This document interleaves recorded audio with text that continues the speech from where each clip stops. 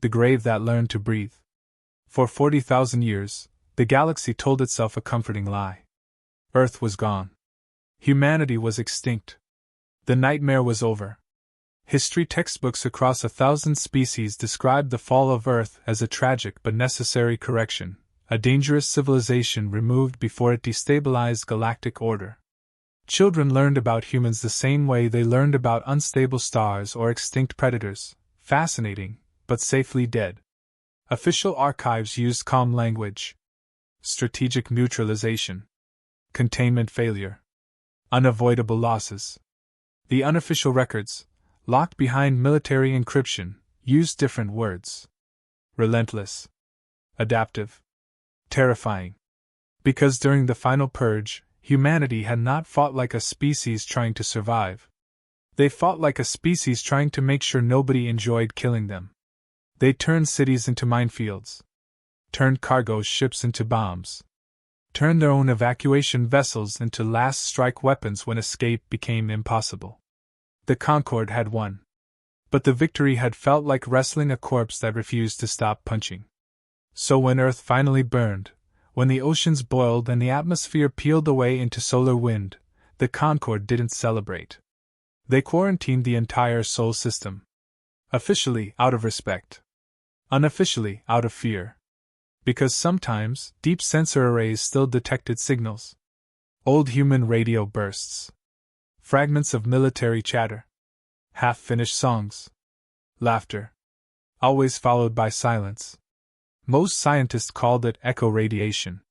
Data ghosts trapped in magnetic distortions. Most military officers called it something else. A warning. For 40,000 years, nobody crossed the inner Sol boundary. Until Captain Gerald made a navigational decision that would end an era. The exploration vessel Iridescent Mercy wasn't supposed to be near Sol at all. They were charting a collapsed wormhole corridor along the old Concorde frontier when a dark matter storm forced them off course. By the time engines stabilized, Sol's dead sun filled the forward viewport. The bridge went quiet. Even junior crew knew the stories. "Helm," Gerald said calmly. "Plot exit vector." "Yes, Captain." Then the sensor officer froze. The insectid's antennae flattened tight against their skull. "Captain," they whispered. Gerald didn't look up. "Report." "There is a transmission." The entire bridge turned. "From where?" Gerald asked. The officer swallowed. "Sol. Inner orbit." "That's impossible." "I agree, Captain." "Put it on screen." Static filled the main display. Then letters appeared. Not alien. Not translated. Already in Galactic Trade Standard. "We are still here." No one spoke. Then another line formed beneath it. "You should not have come back." The ship AI suddenly spiked into alarm mode. "Warning, gravitational shear detected. Multiple sources. Non-hyperspace signature." The stars ahead bent. Not like warp distortion. Like reality itself was bruising. Space tore open. Not portals. Wounds. Ships emerged. Hundreds. Then thousands. Gerald had studied human warship archives. Primitive by modern standards. Bulky. Inefficient. Chemical propulsion backups. Armor plating instead of energy shielding. These ships were nothing like that. They looked grown instead of built. Layered armor like scar tissue. Engine exhaust burning fusion blue mixed with something darker. Energy signatures that made the AI stutter trying to categorize them. Weapon arrays covered their hulls like urban skylines. And every ship bore the same symbol. An image of Earth. Cracked. But glowing from inside. The Iridescent Mercy tried to transmit surrender codes. Their comms locked. Not jammed. Overridden. A channel opened. Audio only. A human voice. Old. Gravelly. Calm. Slightly amused. "Hello, Galaxy," the voice said. "Miss us?" No one breathed. Gerald forced herself to speak. "This is Concorde Exploration Vessel Iridescent Mercy. Identify yourself." A pause. Then faint background noise leaked into the channel. Voices. Laughter. Someone arguing about coffee. Then the speaker returned. Designation, the human said, is irrelevant. But if it makes you feel better. Another pause. Call us what you called us last time. Gerald's throat tightened. Humanity, she whispered. The human chuckled. Yeah, he said. That'll do. Across local space, more ships emerged. Not forming attack formations. Forming containment grids. Like hunters surrounding something dangerous. Except the iridescent Mercy was the thing being contained. Then a second transmission hit. This one wasn't local. It blasted across every frequency band simultaneously. Emergency channels. Civilian networks. Military encryption layers. Even pirate relays hidden in black markets. Across the galaxy, screens flickered. And a face appeared. A human woman. Older. Hard eyes. Scar across her jaw. Wearing a uniform unlike anything in Concord records. Behind her stood stars. And warships. Endless warships.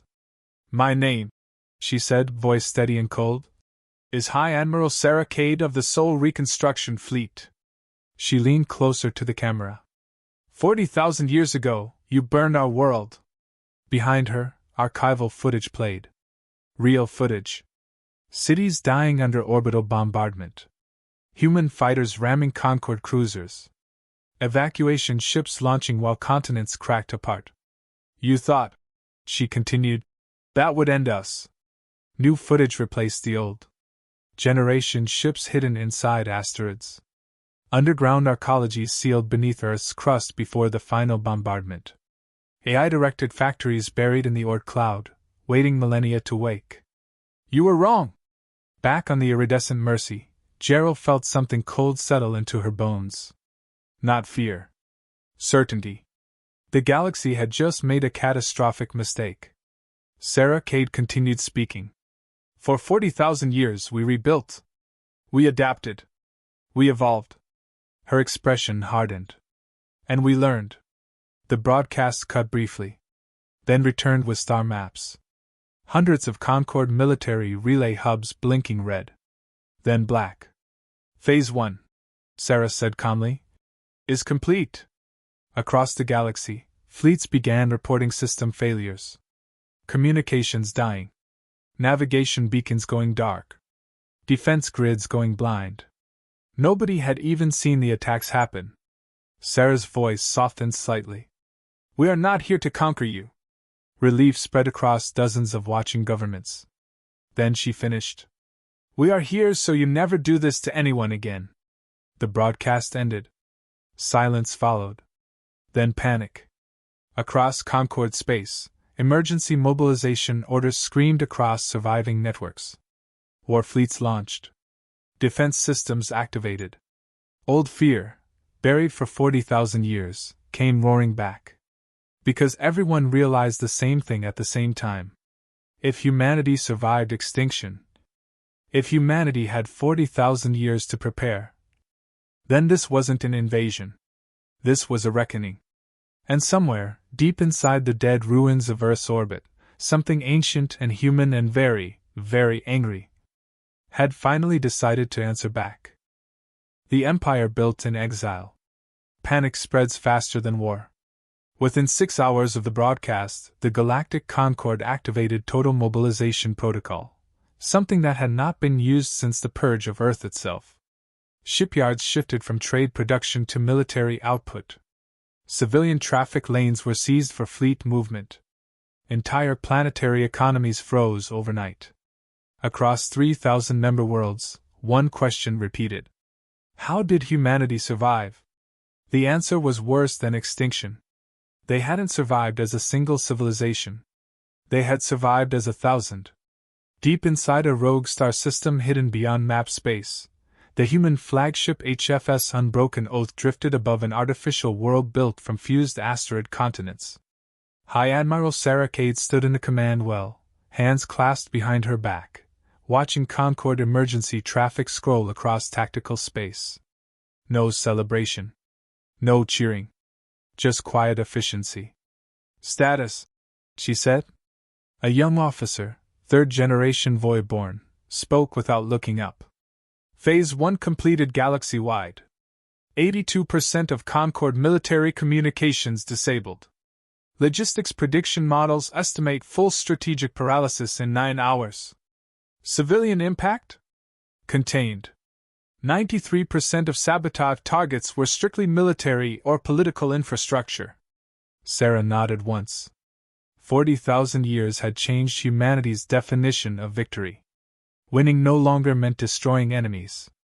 Winning meant deciding who was still allowed to fight back. The galaxy didn't know what humanity had become. The Concord remembered a species tied to one biosphere. One culture web. One centralized vulnerability. The Purge had been designed around that assumption. Humanity's last act on Earth had proven it wrong. During the final weeks, governments collapsed, but underground evacuation protocols didn't. Corporate war bunkers opened to civilians. Criminal networks turned smuggling routes into refugee pipelines. Military AIs disobeyed shutdown orders to continue guiding escaped fleets. Humanity fractured. But it fractured outward. Generation arcs launched blindly into dark space. Cryogenic refugee vaults hid inside dead moons. Autonomous industrial AIs fled into comet clouds carrying entire manufacturing databases. For 10,000 years, many of those groups didn't even know others survived. They evolved separately. Different cultures. Different governments. Different moral lines. But all of them remembered one thing. The Concord burned Earth. Admiral, Tactical said quietly. Concord countermobilization accelerating. They're pulling relic fleets out of preservation. Sarah smiled slightly. Good, she said. That means they're scared. She turned toward the command crew. Initiate Phase 2. Across human space, if it could even be called space anymore, dormant systems woke up. Hidden listening posts transmitted encrypted signals through quantum ghost networks built across millennia. Human fleets moved. But not toward Concord borders. Toward Concord infrastructure. Fuel harvesting arrays. Supply megastructures. Navigation beacon constellations. War isn't fought by fleets. War is fought by everything that keeps fleets alive. The Concord's first retaliation fleet launched 20 hours after the broadcast. 3,000 warships. 7 species. Led by Grand Strategos Velteran, one of the last surviving officers who had actually fought during the Purge of Earth. He studied human behavior for 4 centuries. He believed he understood them. They will target population centers, Velteran told his officers. Humans are emotional predators. They will strike symbols. So he moved his fleet to defend the Concord capital sectors. And left the outer logistics ring exposed. 6 hours later, his supply chains vanished. Not destroyed. Gone. Human stealth harvesters dismantled fuel stations atom by atom and stored the material for later use. Drone swarms stripped shipyards down to structural frames. Data viruses rewrote navigation networks into useless star-coordinate poetry. Velteran watched reports stack up. Then he said something that froze his entire bridge. They're not attacking us, he said slowly. They're deleting our ability to exist as a military. On the edge of the Cygnus trade spine, the first major fleet engagement finally happened. Concord Battle Group Kappa, 400 ships, intercepted what they believed was a human industrial convoy. The convoy didn't run. It slowed. Transmitted docking codes. Then powered down weapons. The Concord commander ordered boarding operations. 20 strike teams entered the convoy vessels. They found empty cargo bays. And speakers. And lights. And recorded human voices chatting casually. Hey, if you're hearing this, one voice said cheerfully. You're standing in the blast radius. The convoy detonated. Not in fire. In controlled gravitational collapse. Miniature singularity bombs, technology humanity had banned itself from using for 20,000 years, activated simultaneously. Battle Group Kappa ceased to exist in under 4 seconds. Back on Unbroken Oath, Sarah watched the kill confirmation scroll past. No celebration. Just another line item. Signal surviving Concord Command, she said. Channel open. She leaned toward the hollow transmitter. 40,000 years ago, she said, you tried to erase us because you were afraid of what we might become. She paused. You were right to be afraid. Then she cut the channel. But humanity was not unified. Some factions wanted total annihilation of the Concord. Others wanted containment. Others, especially younger void-born populations, had never seen aliens as enemies at all. The human assembly, if it could even be called that, was barely holding together. And Sarah knew something the Concord didn't. If this war lasted too long, humanity might fracture again. And next time, they might not all agree who the enemy was. 3 days into the war, Concord High Command finally made their decision. They activated the last arsenal. Weapons older than most civilizations. Planet killers. Reality fracture devices. Biological extinction clouds. Velterun watched activation confirmations appear one by one.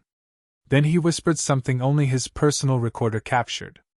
We should have made sure every human died. The last arsenal never fired. Because before firing authorization reached the weapons network, every launch key holder received a message. Personalized. Translated perfectly into their native language. A single line. We know where you live. Then star maps. Not of military bases. Of their homeworlds. Of their families. Of their hidden safe havens. No threats. Just data. Proof. Then the second line arrived. Stand down. Or history repeats. Half the arsenal commanders immediately powered down. The other half hesitated. Then powered down anyway. On Unbroken Oath, Tactical spoke quietly. Phase 2 complete. Sarah finally allowed herself one long breath. Good, she said. Now, she added, we teach them how to live with us. She turned back toward the starfield. 40,000 years ago, humanity lost everything. Now, they had the power to take everything back. The question wasn't whether they would win. The question was whether they would still be human when it was over. The joke nobody survived. The Concord thought they were attacking humans. They were wrong. The first major strike came at New Kyoto Station, a bustling trade hub in the outer spiral. 7 grand fleets of Concord warships converged, expecting a decisive engagement. They anticipated chaos, screams, surrender, anything but the truth. New Kyoto Station was real. The buildings, the lights, the civilian vessels, all real. But the people weren't. Inside the station, thousands of human combat androids ran simulations of pre-fall personalities. They greeted the boarding Concord officers with smiles, polite nods, and casual conversation. Hey!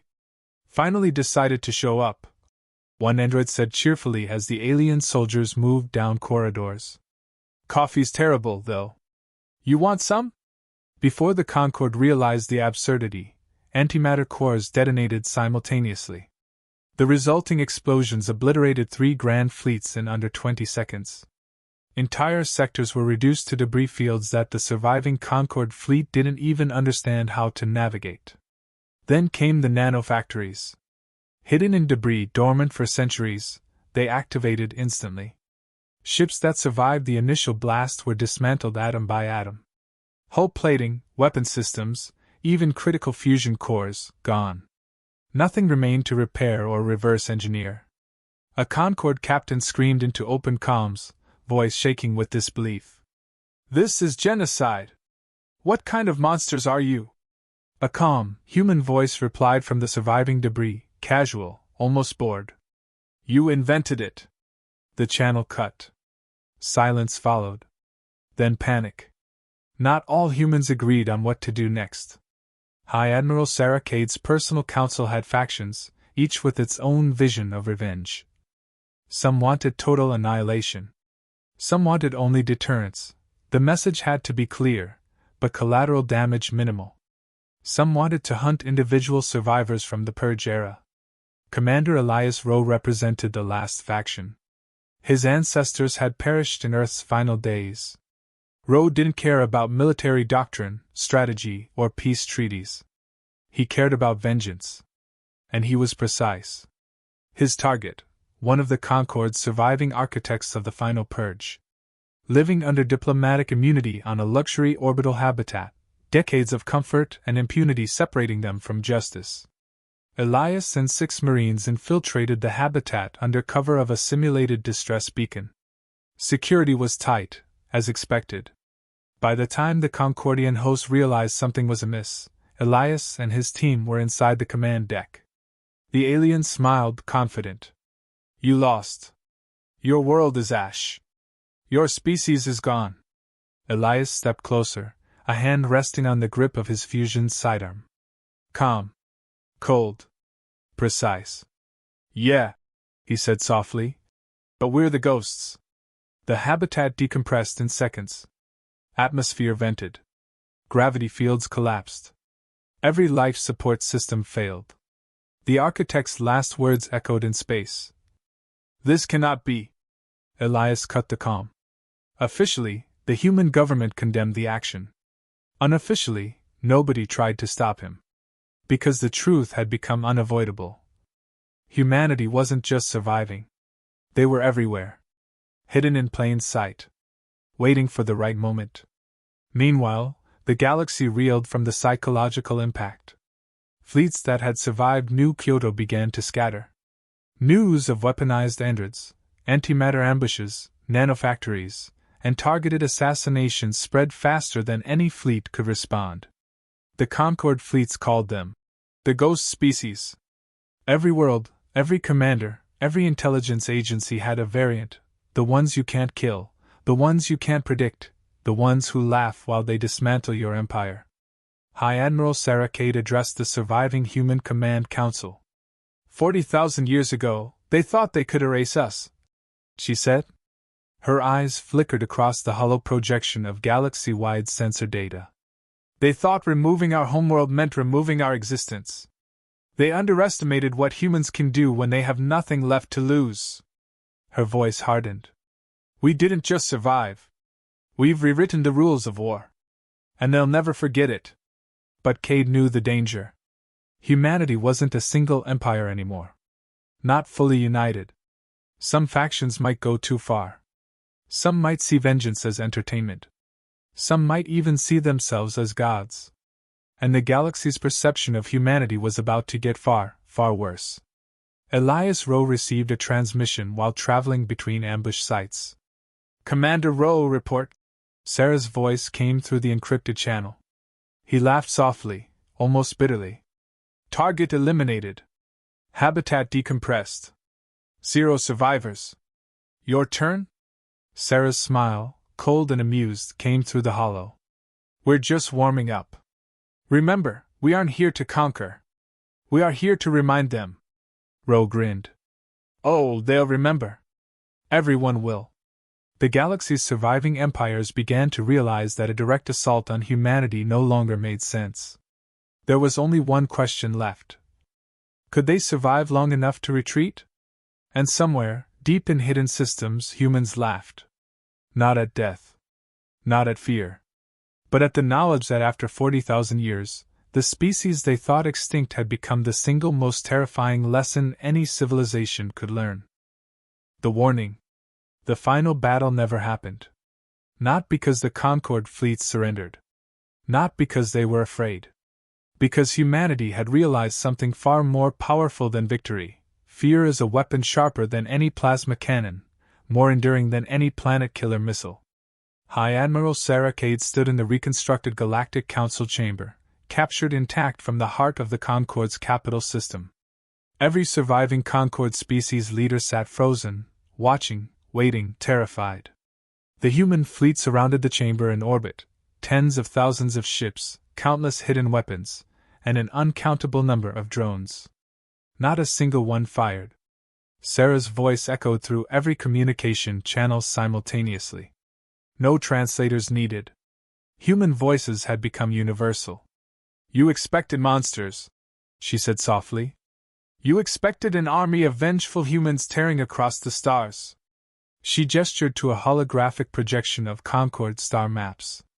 Every fleet crippled. Every infrastructure node dismantled. Every logistical artery severed. "Instead, we dismantled your ability to fight. We took away your power, without spilling a drop of civilian blood beyond the borders you control." She paused. Let the silence stretch. Then she smiled. Not kindly. Not cruelly. Just, knowingly. 40,000 years ago, you burned our world. You thought you were erasing a species. You thought history would forget our names. You were wrong. The room shuddered as fleets in orbit began systematic surveillance sweeps of every known Concord territory. Nothing aggressive. No bombardments. Just eyes. Sarah continued, her voice cutting across every channel in the galaxy. "We survived. We adapted. We evolved. We waited. And now, the galaxy knows, never underestimate humanity again." She activated the final transmission. One line. Simple. Clear. Broadcast to every world, every fleet, every archive. "We survived you." The second line appeared seconds later. Short, terrifying in its simplicity. "Next time you won't." And then she leaned closer to the camera, voice dropping, almost a whisper for those still arrogant enough to think distance could protect them. "Run. Not from us. From what you might become if you forget this lesson." The human fleets withdrew. Not conquering. Not ruling. Just watching. Hidden in dark systems, in dormant factories, in generational ships sailing silent through uncharted space. They became the galaxy's shadow, present, omniscient, impossible to predict. The Concord, once confident and arrogant, were left to question everything they thought they knew about war, power, and survival. The galaxy entered a new era. One of uneasy peace, of whispers and paranoia. Every empire began rebuilding defenses, not for humans they saw, but for humans they couldn't see. Historians would debate Sarah Cade's words for millennia. Strategists would analyze the tactics. Poets would describe the fear. But all agreed on one truth. Humanity didn't just survive extinction. Humanity became a warning. And sometimes, in the deep dark of empty space, just hearing that warning, feeling it, was enough to make even the bravest alien commanders shiver. 40,000 years after Earth's death, the humans had not returned to reclaim planets, systems, or empires. They had returned to reclaim respect. And the galaxy would never forget.